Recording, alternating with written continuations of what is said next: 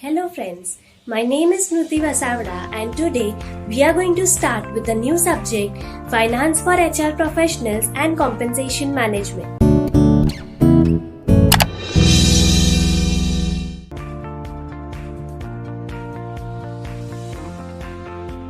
In this subject, we will start with the first chapter, Compensation Plans and HR Professionals. In this chapter, we will be studying about the basics of compensation management, compensation tools, and pay structure.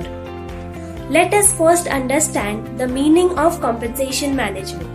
Compensation management is an integral part of human resource management. It is the remuneration received by an employee for the services given by him to the organization. It can also be viewed as a reward.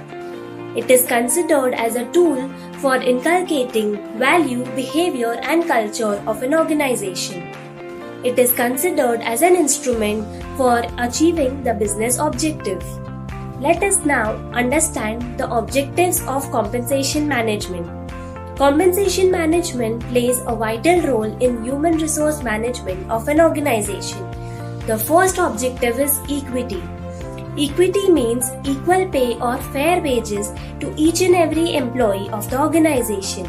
An organization must see that each and every employee of their organization gets pay according to their skills, their educational qualification, their experience, and according to the market standards. The next one is efficiency. Efficiency means the results that an employee gives to the organization. A good compensation management leads to better efficiency of the employees. The next one is optimum utilization of resources. Here, the resources are the human resource, the people, the employees working in the organization. A good compensation management leads to optimum or better use of the human resource. The next one is retaining employees. Good compensation management helps in retaining the employees for a longer period of time, which is a cost benefit for the organization. The next one is desired behavior from the employees. When a good compensation management team gives rewards, gives various benefits to the employees, he acts in a desired manner which is expected from him to work on behalf of the organization. The next one is macroeconomic stability. Macroeconomic stability means to lower the inflation rate. Let us now understand the role of HR professionals in compensation management. HR professional helps in scientific recruitment and selection of the employees. It provides adequate training, guidance, and direction to the employees. It ensures that the company is able to make and develop strategic compensation plans. It also ensures that the compensation policies are fair, they meet industry standards, and the people outside the organization gets attracted to work with them. It also ensures that the pay given by them is comparable to what other gets at the same level. Let us now understand the types of compensation management. Compensation management are divided into two types, financial and non-financial. The financial compensation includes, the first one is basic pay. Basic pay is the minimum pay that an employee must get by giving or rendering his service to the organization. The next one is HRA or house rent allowance. House rent allowance are further divided into two types, metro cities and non-metro cities. The house rent allowance for metro cities is comparatively higher as compared to the HRA for non-metro cities. The next one is bonus. Bonus is the perquisite or is the additional benefit that an employee gets at the time of any festival or during any occasion. The next one is stock option. Stock option is the option given to the employees when the company issues their shares in the market. Normally, these shares are issued at a discount to the employees. The next one is leave travel allowance. Leave travel allowance is an additional benefit that an employee gets to travel at least a week in a year, and all the expenses are incurred by the company. The next one is conveyance. Conveyance are the charges that an employee gets for traveling from home to office or even if he is on a field work. The next subject is non-financial compensation. Non-financial compensation includes leave policy. Each and every organization gives a specific number of leaves to their employees. The leaves are subdivided into casual leaves, sick leaves, paternity leaves, maternity leaves, etc. The next one is hospitalization. If the employee of an organization gets sick or if he's been hospitalized to some hospital, all the hospitalization charges are incurred by the organization. The next one is overtime policy. Overtime policy is a policy where an employee gets paid if he works over and above the limit of his working hour. The working hour is normally 8 hours. The next one is retirement benefits. When an employee gets retired or if he takes VRS, that is voluntary retirement scheme, he gets various benefits from the organization. The benefits includes provident fund, pension schemes, etc. The next one is flexible timings. Each and every employee gets an option to select a shift of his or her choice. The maximum hour he has to work in the organization is 8 hours. The next one is insurance. Each and every organization provides insurance policy to their employees. An employee gets an insurance policy along with his family covered in that policy. The next one is holiday homes. Nowadays, we have seen that many organizations have started holiday homes at various vacation places. For example, railway holiday homes at Mathiran, at Goa. Similarly, various banks and various organizations have holiday homes at various places.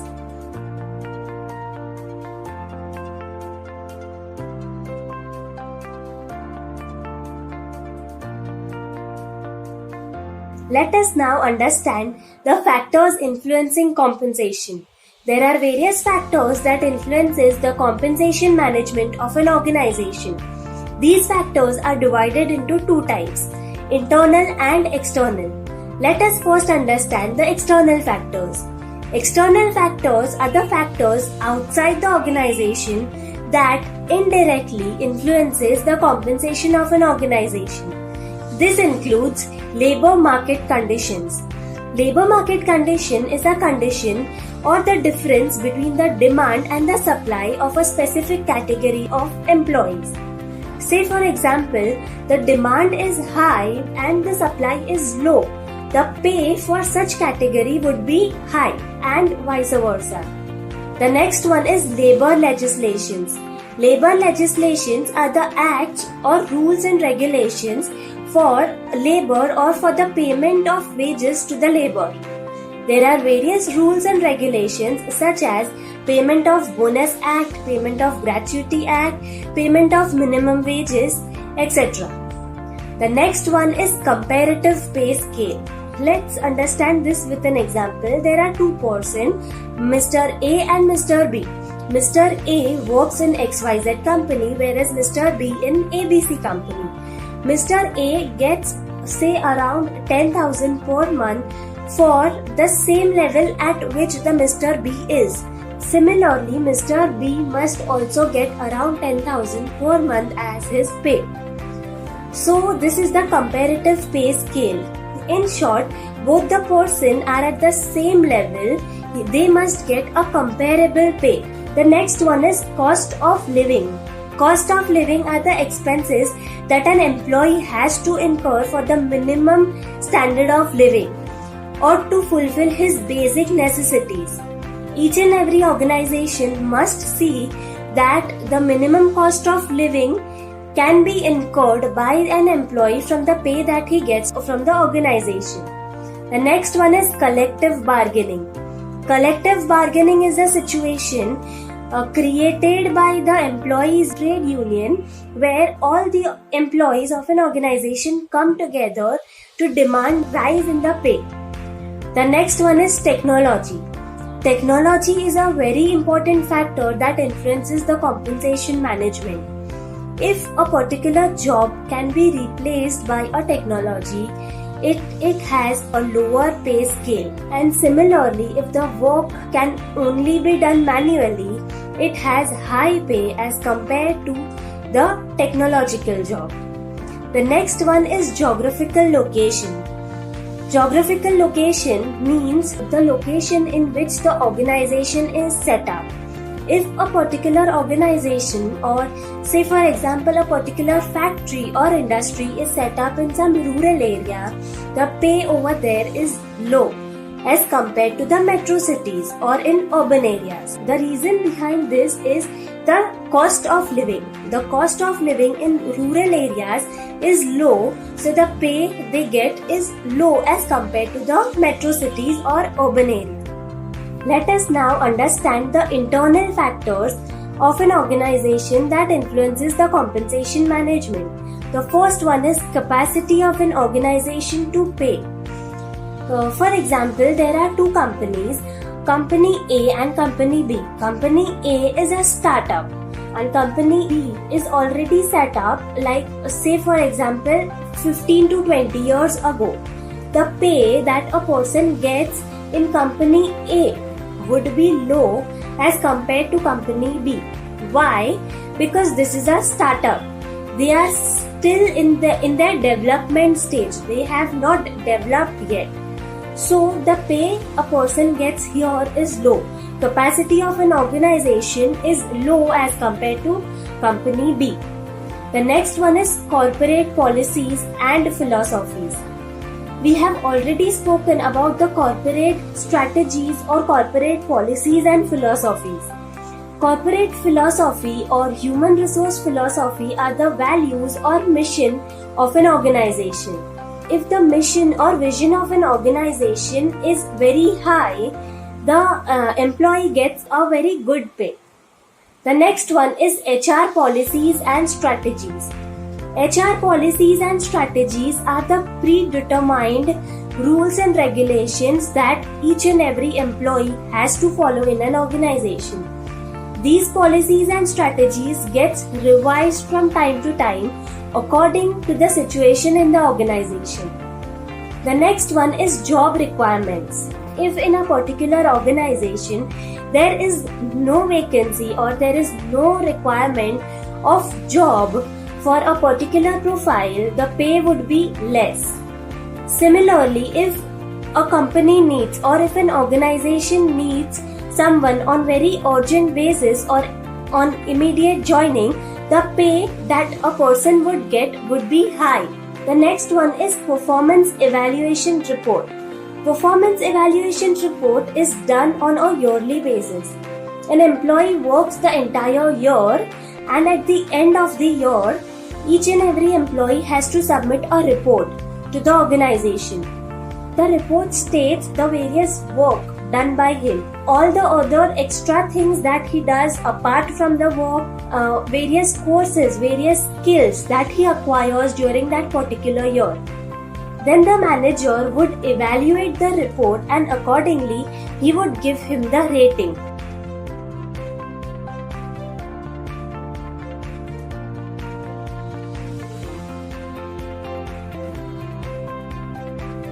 The rating is usually from 1 to 5, where 1 is the highest and 5 is the lowest.